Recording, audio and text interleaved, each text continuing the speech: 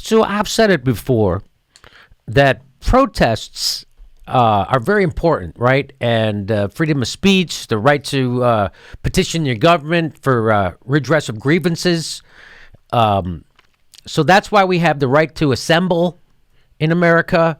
It's the coolest thing about democracy, liberty, and freedom, right? And like when they protested, when they did the bus, why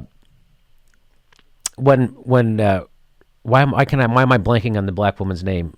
Rosa Parks. When Rosa Parks took the seat in the front of the bus like she wasn't supposed to, she was inconveniencing some white people who wanted to sit there.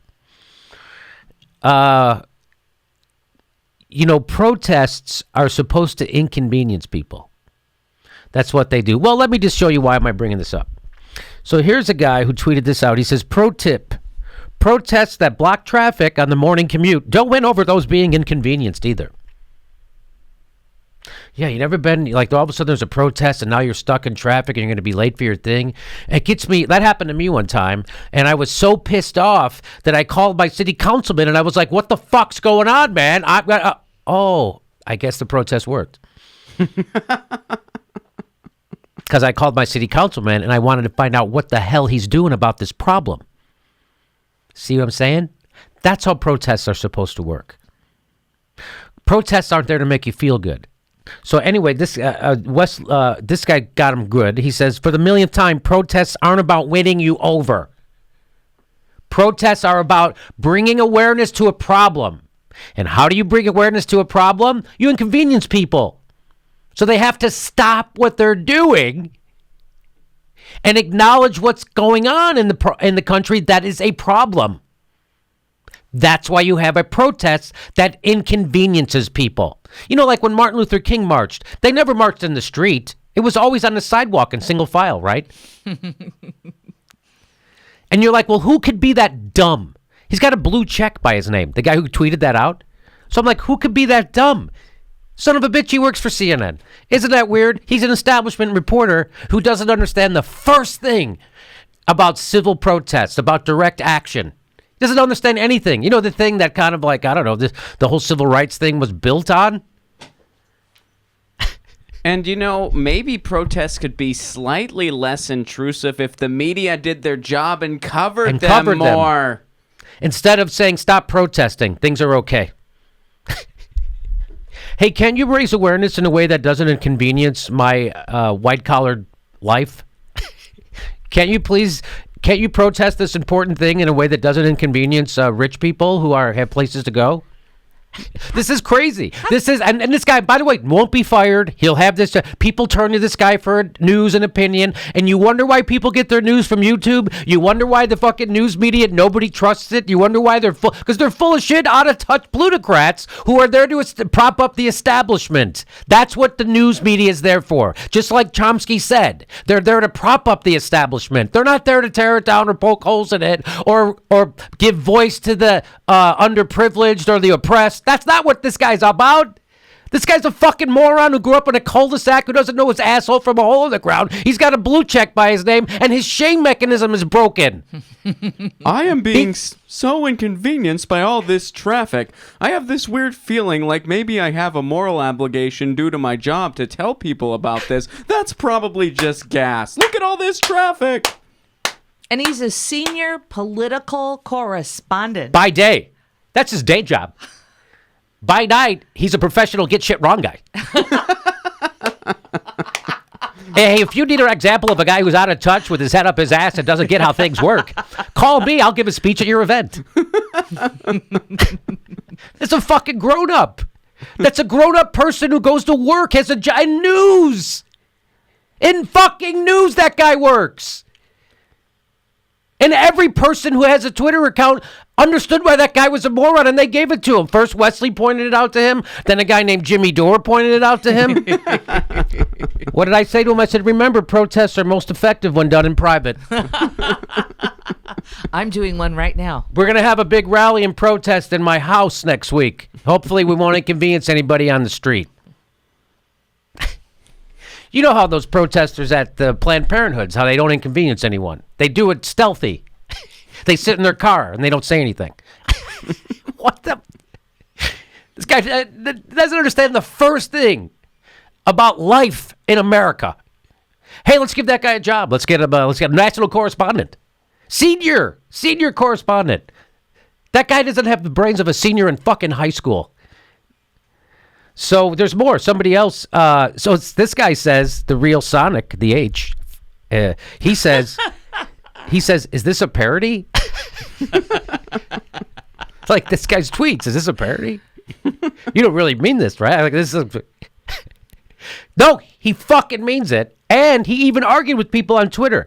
So here's a woman named Stacy Swagger. She says, that's kind of the point. Society doesn't function without women. It's supposed to be an inconvenience to parents, to everyone. He says, our strategy to win your support is to deliberately inconvenience you. Let me just mansplain protesting to you, Stacy. Oh. With my blue check mark and my CNN gig.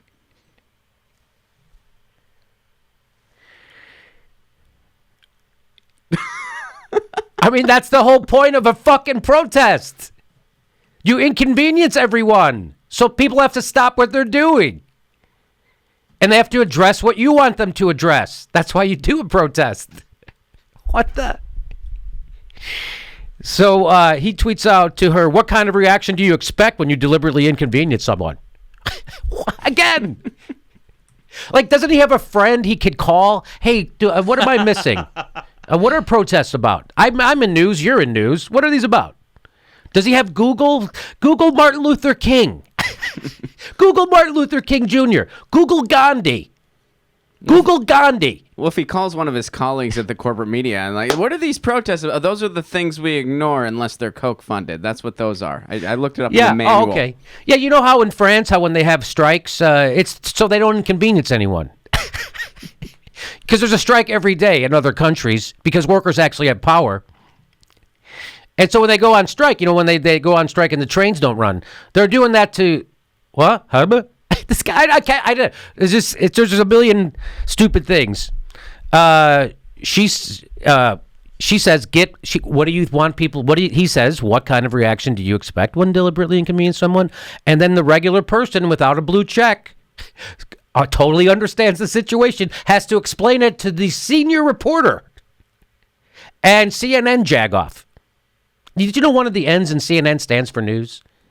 The other stands for not. And this is why. So she replies to him, you're supposed to get pissed and then think about why the inconvenience happened in the first place. People are capable of critical thinking. Not that guy. Not that fucking CNN guy, Mr. Genius senior reporter. I like that his Twitter picture, he has a shirt on open neck, though. That's nice. No tie, open, nice, casual. Hey, ladies, happy International Women's Day. Stop inconveniencing me. Yeah, stop inconveniencing me. Yeah, that's him.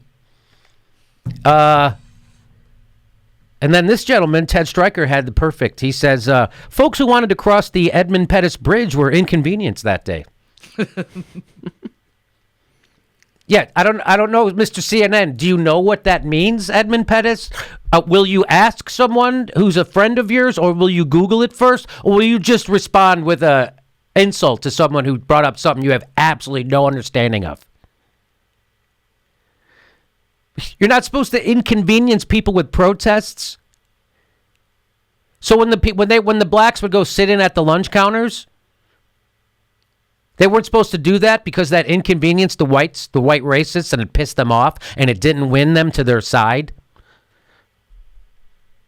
I mean, there was always the uncertainty of what would happen. Look at all those asshole black people inconveniencing those white racists. And you just stay there and you keep your eyes on the prize. Look how inconvenienced those white people are. Why would they do? They're not winning those white people over. Ask that jagoff from CNN how you're supposed to do it. This isn't it.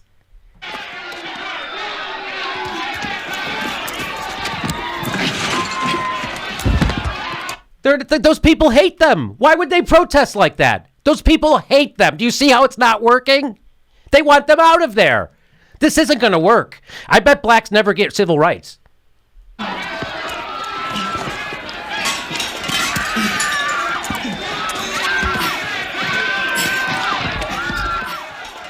I bet that doesn't work. I bet that blacks don't get civil rights. Look how they're inconveniencing. They're pissing people off so bad that those people are beating the crap out of them. Why would you do that? That's the dumbest thing ever, to protest and upset people.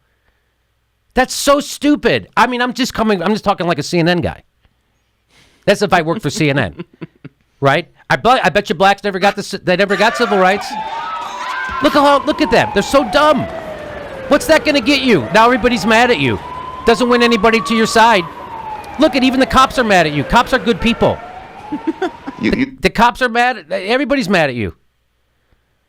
So when you do something like that, when you inconvenience people, you actually be courageous and make a stand. You have the courage to stand up to establishment dickwads like that fuckface from CNN. What a moron that guy is. You know what? I can't wait to bump into that guy. I will. I bump into most of these people. Well, I just want to let you know that he was CPAC's Journalist of the Year in 2015. So he was the worst. So what? That's like your heroin dealer giving you a health award. You're the healthiest junkie I have. That's what when you win the award for being a CPAC reporter.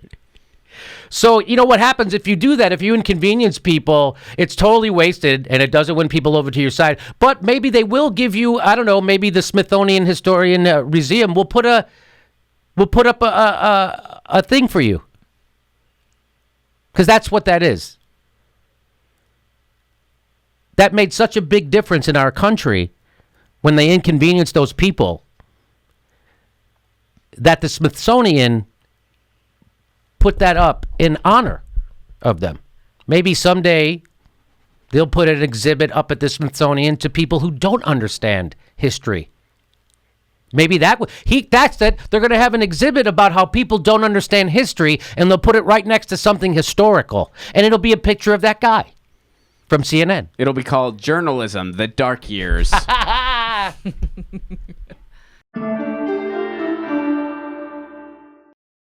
Hey, our next show is March 20th in Burbank. It's almost sold out. Our next show after that is April 3rd in Hollywood at the Improv. Links for tickets right below.